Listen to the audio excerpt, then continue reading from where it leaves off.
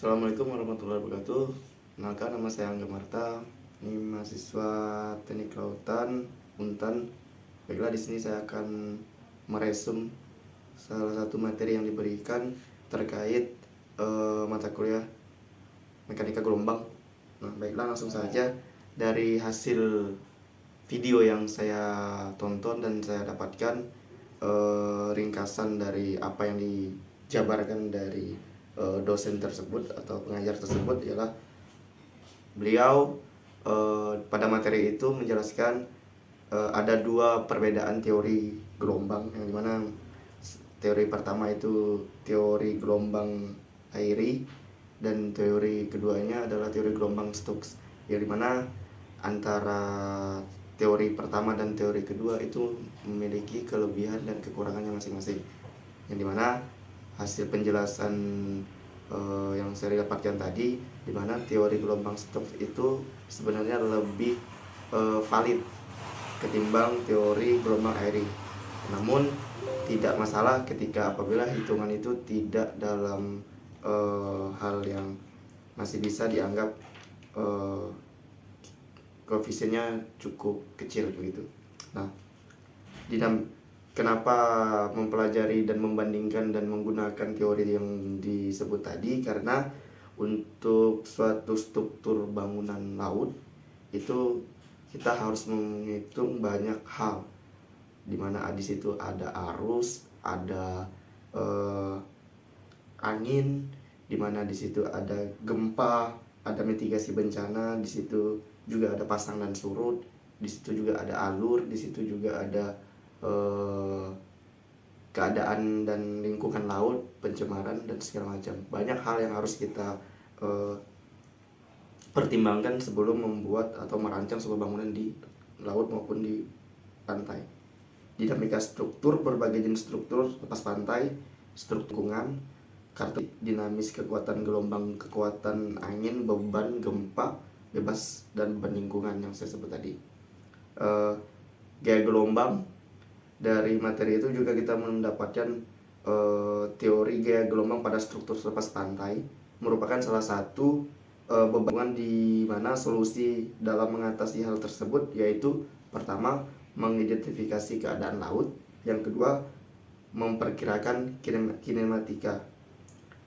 Kemudian juga untuk mempelajari perkiraan garis struktur digunakan interaksi struktur gelombang yang lebih tinggi dari beban angin.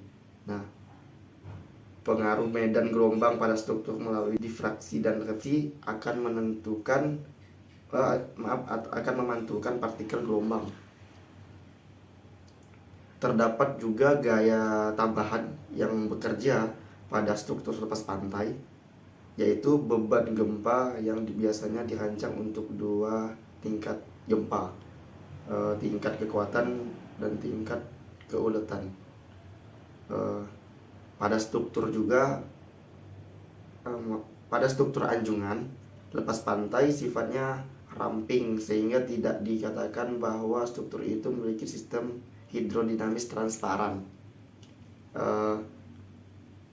Dan yang berikutnya, tumbuhan laut. Nah, pertumbuhan laut juga masalah yang sangat penting pada struktur lepas pantai, di mana hal itu menyangkut akumulasi organisme biologis dan pasang surut air laut. Sedikit saya jelaskan terkait kedua teori gelombang yang dimaksud. Yang pertama adalah teori gelombang airi atau gelombang linear atau gelombang amplitudo kecil biasa disebut. Gelombang airi ditentukan berdasarkan kesamaan Laplace untuk aliran tak dengan kondisi atas permukaan air, di permukaan air, dan dasar permukaan laut. Dasar laut. Nah, yang kedua itu teori gelombang Stokes adalah penggunaan praktis langsung untuk gelombang di perairan menengah dan dalam. Ini digunakan di desain struktur pantai lepas pantai untuk menentukan kinematika gelombang. Kinematika tersendiri, gelombang tersebut selanjutnya diperlukan dalam proses desain untuk menentukan beban gelombang pada suatu struktur.